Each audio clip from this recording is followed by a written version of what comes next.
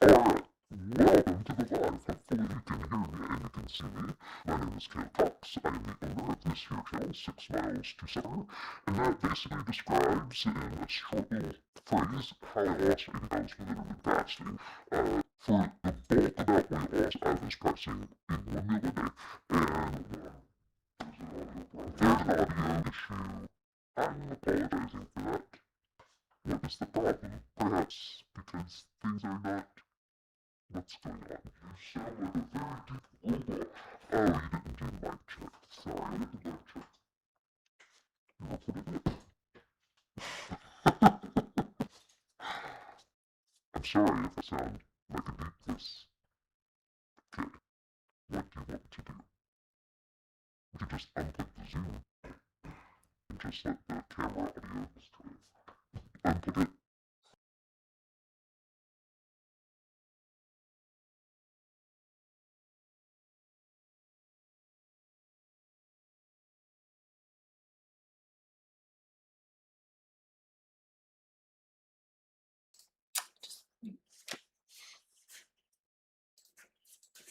Okay, now. Hi. Can anyone hear me now? Can anyone out there? Maybe my husband may be able to hear me. Uh-oh, zero audio now. That was before. Oh, that was before. Can anyone hear me now? Okay, yay! Sorry about that, everyone. Sometimes we have technical difficulties here on this channel. It's part of life. Okay, so I hope the audio is okay. We're using the camera mic for this, so maybe it's not going to be quite as good, but okay. So what was I saying? What could you hear me say? I'm not sure. Start over. I'll just start from the beginning. My name is Kayla Cox, and this is the live Q&A I do every week here on this channel. And except for not next week. I will not be available next week, but then after that, I will be back to the regularly scheduled, it's always on Wednesdays at 10 a.m. Eastern time. And so also, if you missed the announcement last week, I am going to be at a very small event called the Local Author Expo at the Umatilla Public Library. And that's going to be on July 18th from 9:30 a.m. to 11:30 a.m. There will be light refreshments, and I've never done that kind of a thing before as an author, so I'm a little bit nervous, but if you happen to be in Central Florida and you'd like to come say hi, please do so. I'd be so pleased to meet you. And let's see, what else? Okay, so my name is Kayla Cox, as I said before. I've written several books about weight loss, which I will have at the Author Expo. The most popular one is the Laid Back Guide to Intermittent Fasting. So let's get started with some questions. I'm not a doctor or a nutritionist or a dietitian. I'm just someone who's been there, done that with weight loss, and I just want to share my story with everyone. Okay, so Amy Gee, 1107, is here on the live. Hey, Amy. They ask, if I have a lot of fat to lose, should I be eating less fat on carnivore/keto with more lean meats, or does it matter? Okay, so I feel like this is a very individual thing as far as like,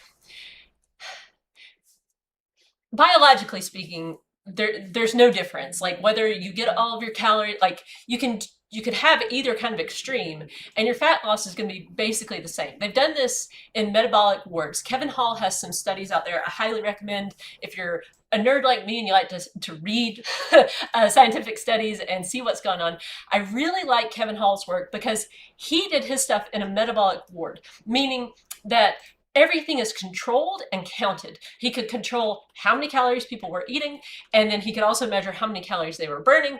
And he was also able to really accurately measure the amount of body fat people had. And that's a big one, like, because your body weight goes up and down for a variety of reasons. But what we're all really interested in as far as weight loss is fat loss, right? So what he found, he actually was approached by the keto people because they were convinced, okay, this way of eating is obviously far superior. Like when you do the high protein, high fat, that's gonna be far superior for fat loss than a high carb, right? And low fat. But what he found was, they did a crossover study, right? So on one, they had one group over here, they fed them the keto diet, and but they kept the deficit the same on both sides. So one side had the keto diet, and the other side had like the more along the lines of the McDougall diet, which is a high starch kind of a low fat diet.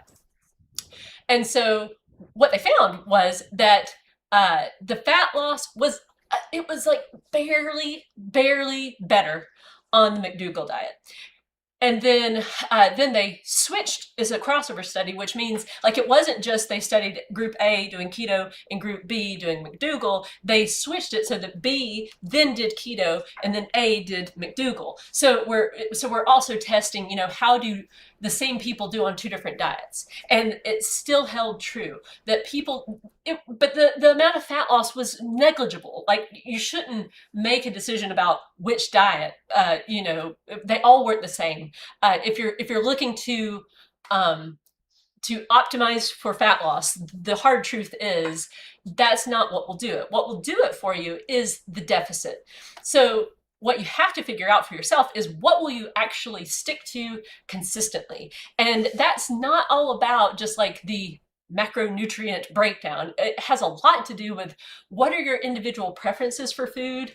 Are you going to be miserable on either kind of diet? I mean, I just eat everything because I get really miserable really fast if I try to just say I've done high protein before, like Atkins, zone diet, all that stuff.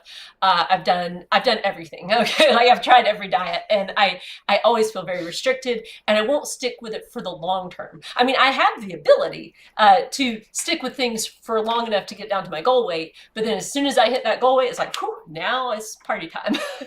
So anyway, so my recommendation would be go with what you enjoy.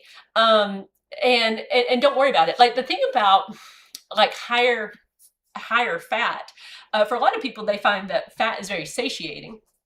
So that's something to consider. If you try to just like focus on lean meats to the detriment of not having like any kind of fat in your diet, you're probably going to feel, not you're going to feel hungrier, So I like to eat everything. I'm not a particularly high anything, probably higher carb, if I had to guess. I don't count though. And I would imagine that, it depends on the weeknight, like there are some nights where it's probably going to be, higher carb, lower protein. Other nights is going to be, higher protein, high fat, maybe even high carb, like it depends. But the main thing that matters is, are you in a deficit? Because when you're in a deficit, that's when the weight loss happens. That's how everybody can lose weight on so many different plans. It's, like provided you're in a 500 calorie deficit, right? If you do that for 7 days straight, it's physics, you'll lose a pound of fat. That's just how your body works. Now, the thing that comes into play is when you eat less food, your body then tries to readjust for that, and it tries to get back into homeostasis. So it will actually burn fewer calories, trying to help you out. So your deficit, if you just say cut 500 calories from your diet, most likely your body will kind of compensate for that a little bit. So your deficit is still there, but it's just a little bit less than some people think that it is, which is where some of that misunderstanding about like, it's not really 3,500 calories that you have to cut. It's maybe, more than that because of how your body reacts. But the actual deficit, when you measure the deficit, the 500 calorie deficit is the way it works. 500 calories over 7 days, right? But the reality of weight loss is most likely, you're going to have some days where you're going to be in a bigger deficit, some where you're going to be in a smaller deficit, some days where you're going to eat in even a surplus, because that's how, life is. But over the, on average, you just want to be in about that much of a deficit. Shooting for about a pound a week of loss is a good place. If you're obese or very overweight. Another way to look at that, half a percent to 1% of your current body weight. That's, just kind of a rule of thumb that I've read and that I've found is reasonable in my, my own experience. Okay. Deb Sweetman1 on the live. Hey, Deb. I'm doing your OMAD in 6 miles a day and one cheat day a week, and I love it. The first 2 times I took my cheat days, it was hard, fearing I will gain, but I lost 1 pound each time. That's awesome. Was the cheat day hard for you? Yes and no. It was like, it was scary. Um, I struggle still, I would say, but particularly back then, really struggled with the all or nothing mindset, that perfectionism, that like, I'd be on a plan and be like, as soon as I messed up on the plan, took a day off or didn't quite do what the plan was supposed to be for that day, I would just go completely off track, right? I would quit because it's like, if I can't do it perfectly, I'm not going to do it at all. And so the idea of a cheat day was just so like, like the thing that actually convinced me to do it was Tim Ferriss. I was reading I think it was a book by him called The 4 Hour Body. And I would say that was the only book I read when I was trying to lose weight that was sort of related to weight loss. But he mentioned in the book that that people who took a cheat day, they actually stuck to their plan better, like plan adherence. That's what he was focusing on. Like, what is a plan that you can actually adhere to? Because you can have the best plan in the world, but if you won't stick to it, you won't have results. And I saw in myself when he was talking about that, I was like, yeah, that's really my problem. I have a hard time sticking to something for the long run. I was very scattered, trying new things, like, oh, this isn't working, I gotta go try this other thing. And so I thought, okay, so maybe the idea of having some flexibility, like some mandatory flexibility in my plan is kind of how I looked at it. I thought if it could help me to achieve a better result, then I'm okay with that kind of like imperfection, and so it was hard in the beginning to do it because I was so afraid of like not being perfect, like his I think it was his book, or maybe it was just his podcast or something, where I got the notion that it's like it's better to be a B+ student and as an A+ student, because that's how I was when I was a kid. I was an A+ student. I would get very upset if I missed even one question on a test. I was very, very perfectionistic back then. And so part of that is I want to be a high achiever. And so I had it in my head, like, I can't make mistakes. But what I saw in myself was that perfectionist tendency was actually making my results worse. Like that total unforgiveness of myself if I make a mistake and that kind of a thing, that led me to being obese. So I decided, like, okay, I've got to try something new, got to get out of my comfort zone, and I'm just going to try it. And so 2016 was when I got very clear on, like, I'm going to take a cheat day every single Sunday. Like, Sunday is my day off.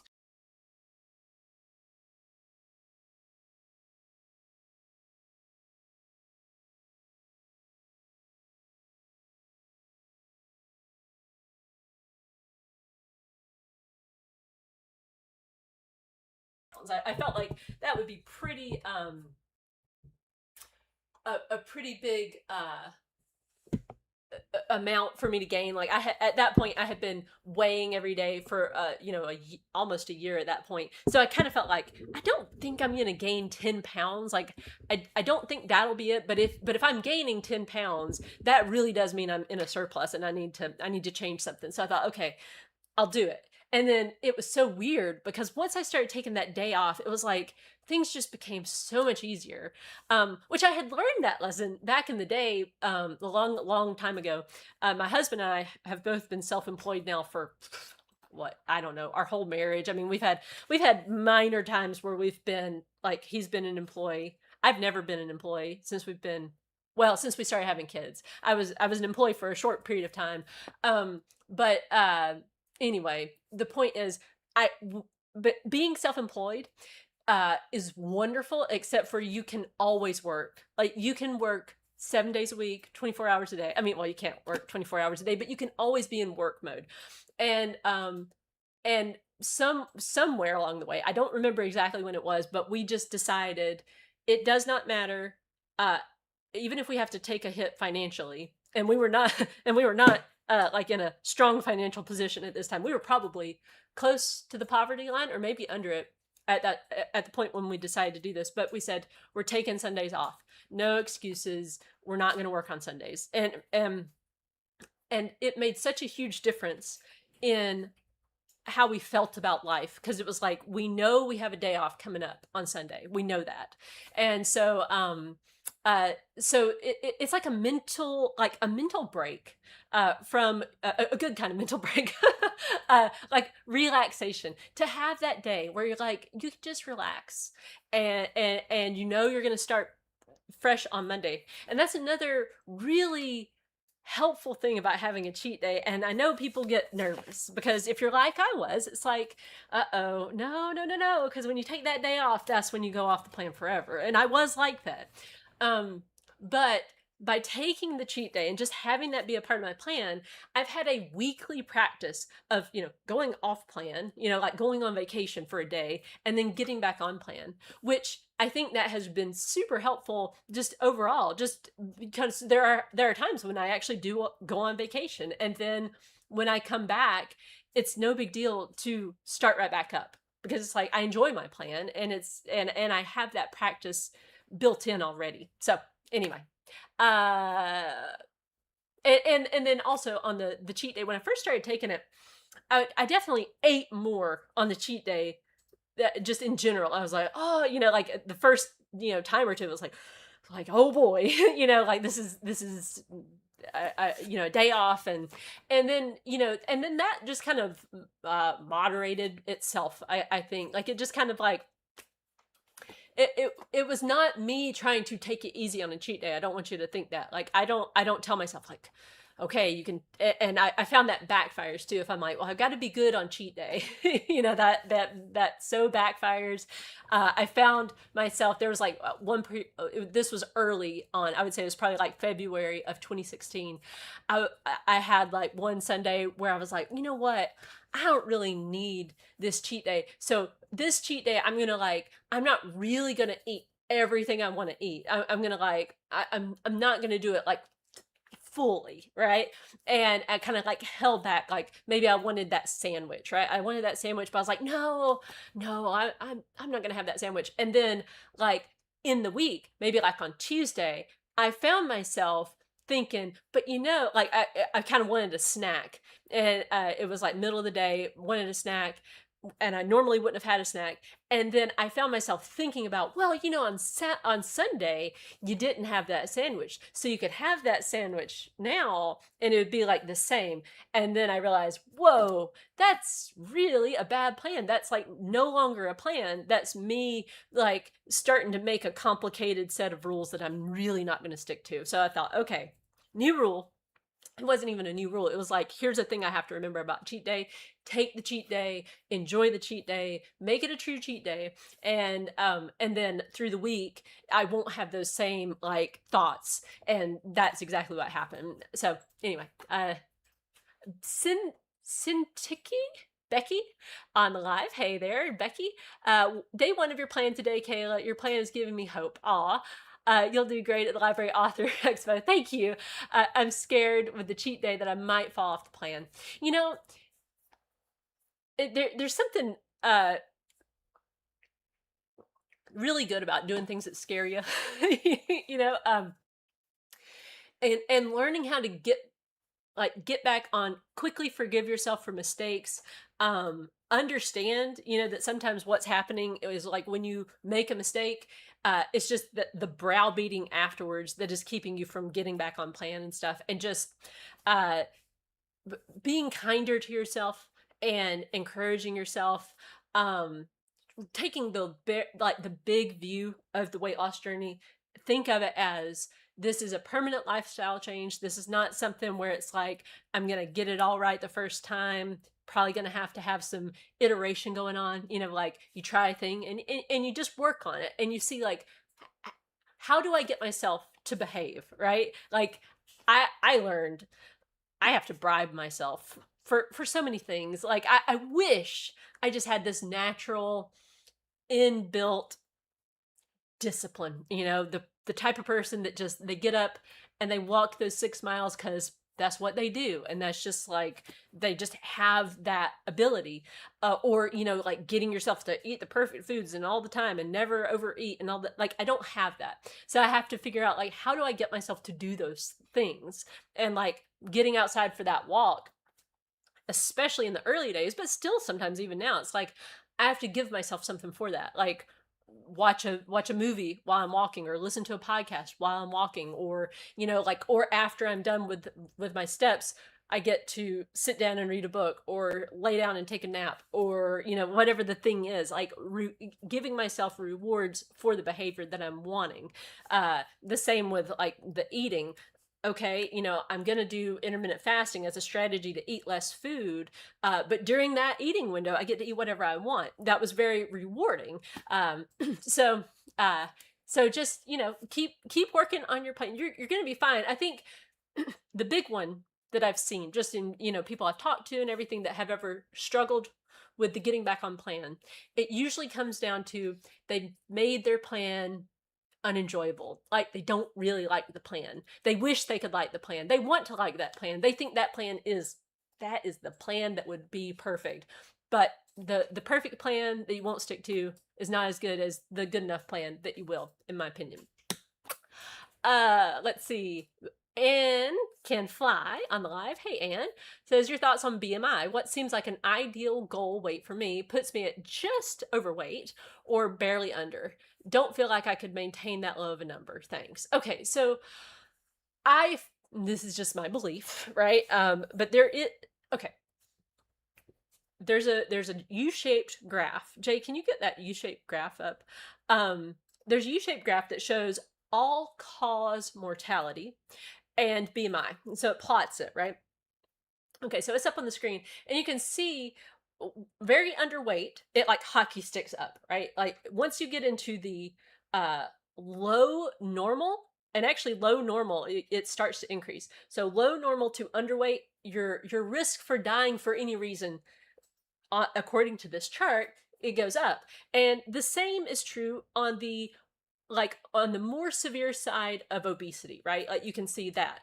Now, if you look at that actual chart, you'll see that there's not a statistical difference. Like when you look at those two, well, it's kind of hard to see it over here for me, but you can see that there's this like pretty big range where there's not a statistical difference in the risk of dying, right? Now, this is not the perfect, be all end all to anything. I just find it interesting because it certainly lines up with my experience of where I have been on the BMI chart and my overall feelings of health and wellness. So I started out at like 35.8. So you can see, like, if you plot that on the graph, 35 would have been, right there on the edge of severe obesity. And that is when I felt my worst, and then as I came down on the BMI, I felt much better. And it's funny because it's like when I look at that, that big the big decrease, that is exactly where I really did start to feel better once I hit the overweight, got into like the good overweight area, like not right on the edge of obesity, but just like firmly in there. I felt so much better.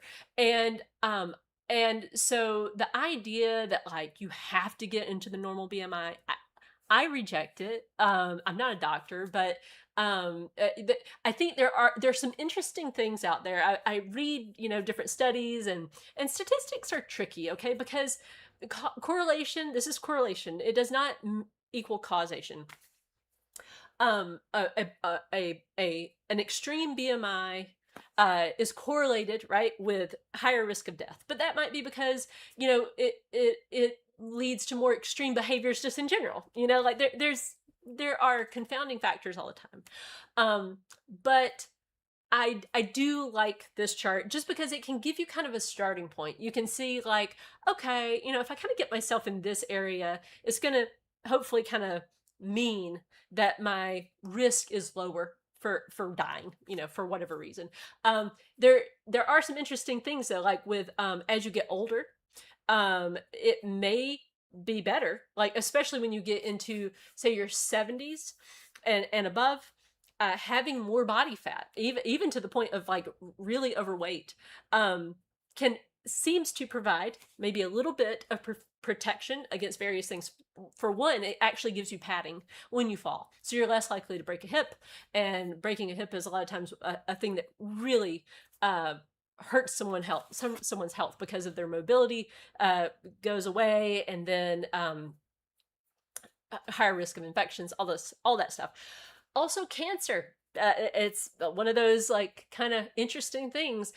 A slightly higher BMI, not obese, right? But just like in the more overweight range, it seems like maybe the cancer risk is slightly lower, or maybe certain cancers.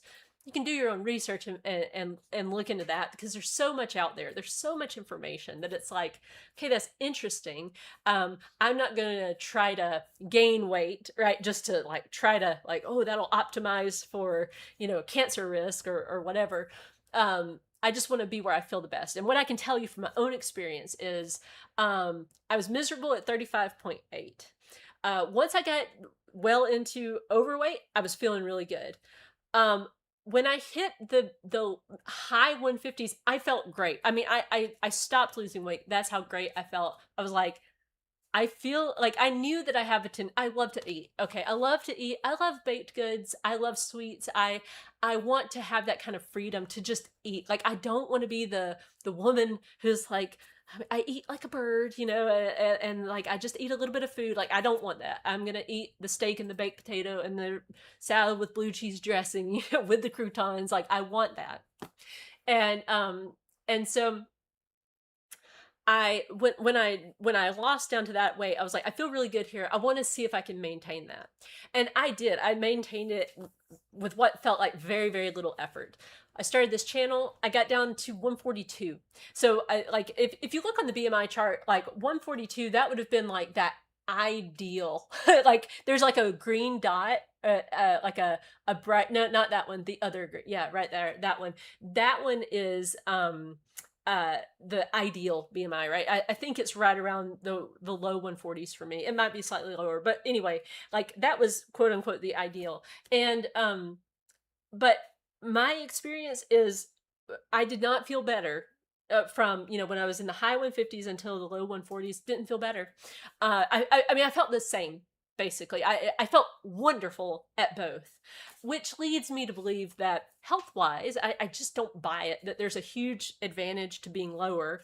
I think there's probably advantages for my joints and that kind of a thing, but it is harder. I definitely found it's harder to maintain in a lower weight, and that just makes sense because you have to eat less food permanently. Like if you're talking about like a 10-pound difference, right?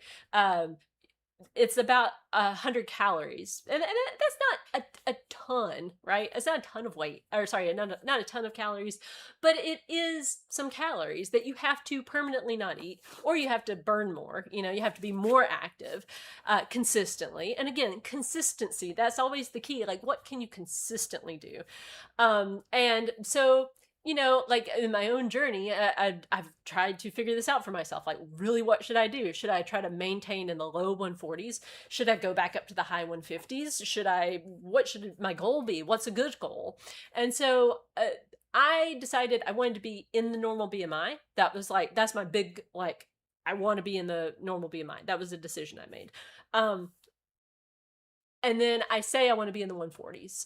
But my weight sometimes has been and is like today, like my weight this morning was 151, right? Which is still in the normal BMI, but that's right on the cusp for me, right? I can be like 145.5, and then at that point I'm technically overweight again. But do I feel like that's a huge deal? No, I don't. No, and so, yeah. So there you go. Hopefully that answers your question. All right. Where let's see, Anakin Fly. Nope, sorry, that was the one that I just just answered. One that I've highlighted. Dana, there we go. Sorry about that. Do you hear from perimenopausal women who have had success with your method? I am 47, BMI of 28.2. Which is overweight, not by much though. I mean, I don't know how many pounds overweight you are, but and I've been overweight or obese for 20 years. I read your book and I'm just now completing a 6-week experiment with intermittent fasting. I started at a 16.8 and worked down to a 19.5. I walk about 8,000 steps a day. I have lost about a pound with my 7-day average. It's been pretty easy mentally, wonderful, and physically. And I have had some hunger and tiredness, but I'm able to stay consistent. This is the easiest plan I've ever tried, which is wonderful. But do you think I should continue doing what I'm doing and continue to see a slow weight loss? Or do you think perimenopause could require some adaptations? Thank you. I love your personality as it comes through in your videos. Oh, thanks. I think we could be friends in real life. Well, we probably could. If you like my personality on the videos, I mean, I try to be exactly the same on my videos as I am in real life. And I do try to live my life as if I don't have a YouTube channel. You know, and that's been a huge struggle, by the way, with like knowing because I do have a YouTube channel. And when I answer questions like the previous ones about like the you know, the goal weight and like where do I really want to be, that has been a difficult question for me to answer because like I feel like part of that answer has been affected by having the channel. Then it's like, because if let's pretend like I went back up to 158, I think some people would be like, hey, well, why'd you lose? I don't know. Like, I don't know. They would be like, you regained too much weight or something. I don't know. I overthink that one too much. So anyway, so as far as perimenopause, okay, so I'm 41. I'm 41. I'll be 42 this year. I lose track of how old I am. But I think probably I'm heading into the perimenopausal stage. Just a couple of things where it's like, yes, there have been some symptoms where I think I'm probably it's a squishy thing. There's not a test that says definitively like you're perimenopausal, but I think so. Firstly, to answer your question, people have written to me from all different ages, even post-menopausal women and menopausal women and perimenopausal women. Like I've had people from all age groups tell me about their success, right? So yes, you absolutely can lose weight when you're perimenopausal. But knowing what I know about perimenopause, like, and probably having experienced it to some extent at this point, there are some things about it that just make weight loss more challenging, right? I think the big one is emotions and the like, because with perimenopause, a lot of times what happens is your cycle starts to become irregular. Like your body is gearing up to not have a period anymore, and this can last for years. And so your cycle, even before even when you're just a normal, regular female person in peak fertility years, like your cycle causes hormonal changes, and it causes changes in appetite. It causes changes in your energy levels. It certainly can cause mood fluctuations. So, and all that can mess with the weight loss journey, because so much of the weight loss journey is tied to, you know, getting yourself to do the things that you know will help you lose weight, right? And when you are feeling tired and irritable, and you just want a chocolate bar, like that makes things harder. Like when you're trying to fast and you're in that kind of a mood, right? And so there are some things about it. The irregularity of the cycle, that is one that I have experienced to some extent at this point. And so that is tricky, because back before, my stuff has been very, very regular, and so you know what to expect, because it's like, okay, yeah, I'm coming up on that time, so I'm gonna be irritable. But when you go a longer period, it's like, well, wait, where am I in the cycle? And it's just harder to get a bead on like, is it just a hormonal thing right now, or am I actually like, is my appetite up for some other reason? It just kind of makes things a little bit messier, I would say. From a hormonal perspective, just in general, menopause and therefore perimenopause, like the the hormones that are changing around, they kind of cancel each other out. Like as one increases and decreases, like your appetite is being affected by that, but they kind of cancel each other out. So that's one thing. It's like you can still lose weight, just kind of know that part of this is going to be just challenging just because of all these different things we're talking about, all these different little fluctuations that are happening. But ultimately you're you're still able to lose weight. You have to get yourself into a deficit and keep yourself there. And the thing that I think people underestimate is just how much appetite and emotion go into your decisions about how much and what to eat. Just like or when to eat. And so you can do it, absolutely. And I think the real risk, in my opinion, is the tendency to want to overcomplicate things, because if you overcomplicate it, then you're gonna think, oh, that weight loss suddenly becomes complicated, and weight loss is very, very simple in the way in as much as it all comes down to the deficit. If you are gaining weight, it means you're eating too much. Like and it's one of those really frustrating things to hear.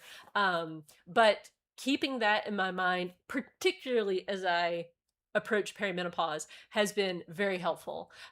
Because again, there's not only that, perimenopause is also a time for a lot of women when our kids are leaving the house, right? They're growing up, they're becoming adults, and they're spreading their wings, and that's emotional. My son, at the beginning of this year, he moved out on his own. He's got his own business. Like he's doing life, and that is wonderful and terrifying, and so much emotion, and so and that can certainly affect the weight loss journey. All of the things can affect it. So yeah, being active, I do find that is really helpful for mood. Like keeping my not 7 miles a day, 6 miles a day going. I keep doing, staying active in that way. I continue to do the fasting because, again, that helps me to have that structure that I need. Like, it makes it so, when I sit down to the meal, I can focus on that meal, I can enjoy the meal, and I stand up and I don't have to think about it again until the next day. So, yeah, so that has helped. Okay, next question. Blueberries are fine. 5538. Hey there. I am 52 and perimenopausal. I haven't had any problem losing weight over this last year. I've lost 55 pounds and I'm now in maintenance. Congratulations. I'm dealing with it all. Hot flashes, poor sleep, etc. I was hoping my experience would encourage others. Thank you so much for sharing that. And yes, I do also experience the whole hot flash thing, and also cold flashes. It's like I can't even like pick one to just have. Like it just, like, sometimes I'm like, I'm burning up, everybody else is like, no, it's cold. And then flip that, sometimes I'm like, oh, I'm so cold in here, everybody's like, I'm burning up. So but I feel like it's all just part of it. I don't worry too much about it, and I just try to have some compassion for myself. But thank you so much, and congratulations on that awesome weight loss. If you ever want to share your story on my channel, I would love to interview you. I mean, I always feel ambivalent about inviting people to come share their story, because sharing your weight loss journey online is it adds a layer of complexity to the journey, and so but I know people love it when I do the success story interviews. So if you ever do want to, you can reach out to Kayla, or sorry, let's see, interviews at 6milestosupper.com. All right. Egbin, how to reduce subcutaneous fat as opposed to visceral fat. So part of this is you have to just everybody loses weight differently. Everybody holds on to different kinds of weight differently.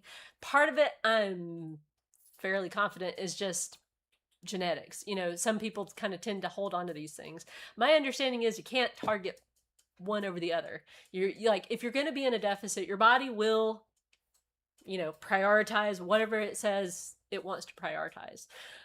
So be in a deficit, and I wouldn't worry too much about it. Again, it's like you just don't have control over these things. So get yourself into a deficit and get down to a good weight, and then be active. And then, you know, you could ask your doctor if there's a concern that you should have, and get their advice if there's something that they say, you know what, in your particular situation you should be doing this. But there you go. All right, D. Hi. You say in your book that you felt great, very energetic when practicing intermittent fasting. Was this the case from the very beginning, or was it after you'd find your rhythm with it, or after you lost some weight? Good question. I struggle with feeling tired and low energy at times. I'm 5'7", 180 pounds, and losing weight very slowly with an 18.6. Half a pound lost a week at best over the last 6 weeks. Well, you're doing great. First of all, you're losing weight at a great clip. So I just want to encourage you on that. You're doing great. Be happy with with what you're doing, because you're doing spectacularly. So now, as far as feeling great and feeling tired and all that kind of thing. So the thing that okay, when I first, I would say in 2015, right before I got on the scale for the first time in years, I was very low energy. I was very, very low energy. I was like, just, you know, I was sedentary. I didn't realize it at the time. The Fitbit that I got for Christmas, I bought myself a Fitbit for Christmas. I thought when I bought the Fitbit, it was going to show me I was very active, you know, but it showed me I was sedentary. Like, I was only getting like, I didn't change my behavior, and I just thought, okay, I want to see how many steps do I get. And I get like a couple thousand, 3,000 maybe. And I was like, whoa, I'm like not nearly as active as I thought I was. And that's the thing about me. I'm just kind of naturally sedentary. It takes effort for me to be active. Like, my husband, a very active person naturally. He fidgets around all the time. He's always up doing stuff, walking around. When I sit, I sit. You know, I will sit and read. I will sit and draw. I will sit and write. I will sit and do a puzzle, carve. Like, there's so many activities where I am just no activity. You know, no real like physical activity. So I have to get myself out there and be active on purpose. Or I would really be probably, you know, a couple thousand to 3,000 steps a day. I mean, it takes me moving more than I want to move in order to be active. So, but what I did find, and one thing that has made it easier to consistently get active and be active, is the change I noticed in my mood.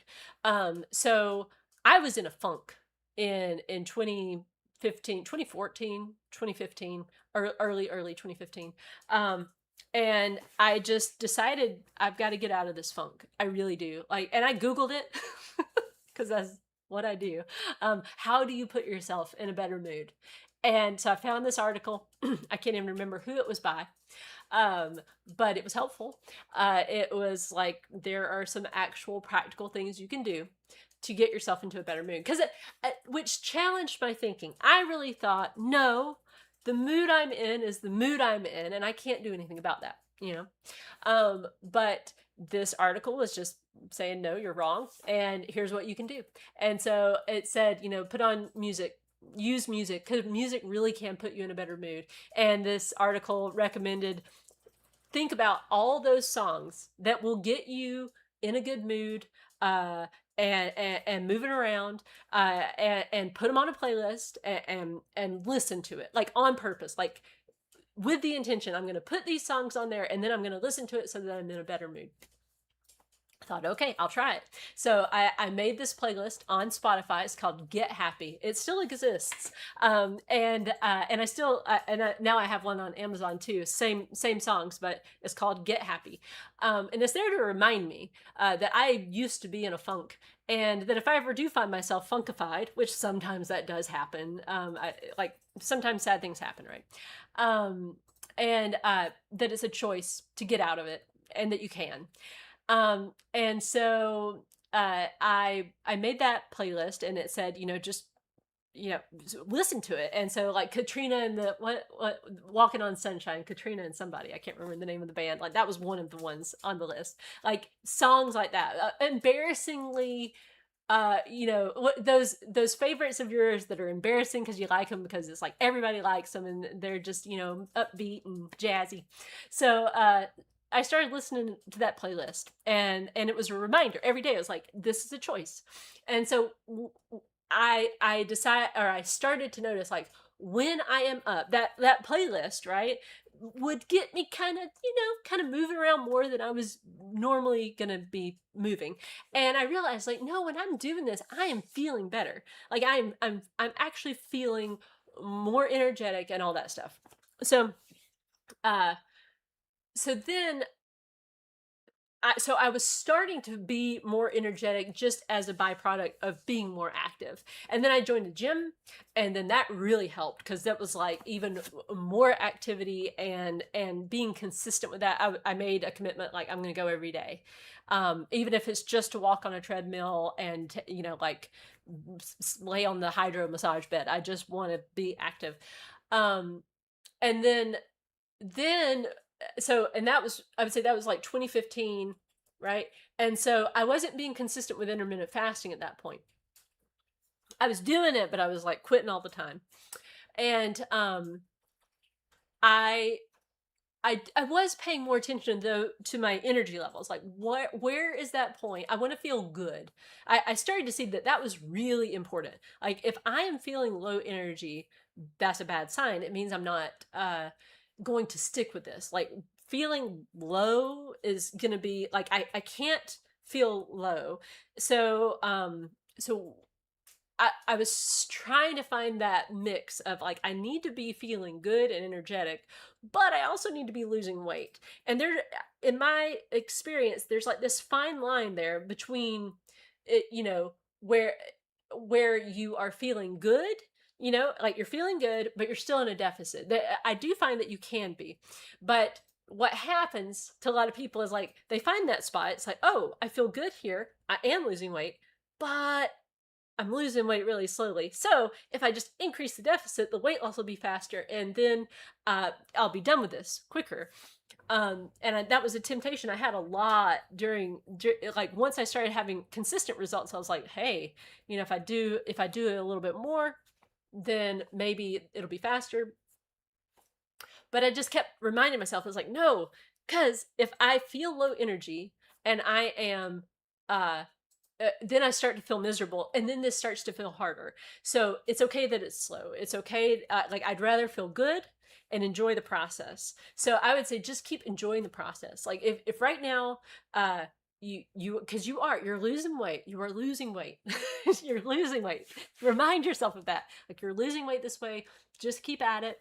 And then, as time goes on, just keep weighing, and keep, if you find that you can calibrate a little bit, like, okay, I can eat just slightly less, and I can move slightly more, and I still feel good, and things are still moving along. Then keep going with that. But the real trap is people go for that real steep deficit. They feel miserable, and it's like, well, if this is what then feels like, I'd rather be overweight. So don't do that. Just, like, try to find that line where you're feeling really good. And also, part of that, I feel like, comes from filling your life up with things other than food. So really start to enjoy the time that is being freed up with fasting. do things that you enjoy. Don't punish yourself for doing a good job. Like, use the time to read or learn a new skill, or, knock out stuff on your to-do list. Like, there's so many good things that you can do that will support your weight loss, and make you feel energized. Paying attention to that too, like, what is making you feel tired? Is it actually the caloric deficit, or is it like, things you're procrastinating on? That's usually my problem, is I'm procrastinating on things I feel tired. Okay. Next question, Mary. Hi, I have been on OMAD for a while and I have very slow weight loss. Can you please give me some tips on how to know how to eat the right amount of food? I used to track all my calories, but I really don't want to do that again. Yeah, I hear you. I am 5'4" and I weigh 175. I want to get down to 150. My highest weight was 180. Okay, thank you for all you do. Well, you're welcome, and I'm glad it's helpful. Okay, so very slow weight loss is still weight loss. That's the first thing. So I would say if you're losing weight slowly, but you are consistently losing, then keep going with that. But let's talk about tips on how to know how to eat the right amount of food. So I think one thing that is very helpful to know is just how fast calories add up, because they really do. And Kevin Hall did a really interesting study. He was studying ultra processed foods, right? And that's a reality for most of us. Have at least some of them in our lives, right? And even that phrase ultra processed foods is not super helpful, because it's like there are plenty of foods out there that are processed to some extent. So many things in the grocery store, unless you're actually talking about like meat, well, and even that is just like, we're talking, steak and that kind of a thing, that would be not processed. And then raw fruits and vegetables, those are not processed. But everything else, the loaf of bread you buy, the can of, chili you buy, all those things have been processed to a certain extent. But what he found was that when people, they again, this was like a metabolic ward study that he did, and he let people eat however much they wanted, right? So he gave them, I think it was like twice the amount of food that twice the amount of calories they actually needed.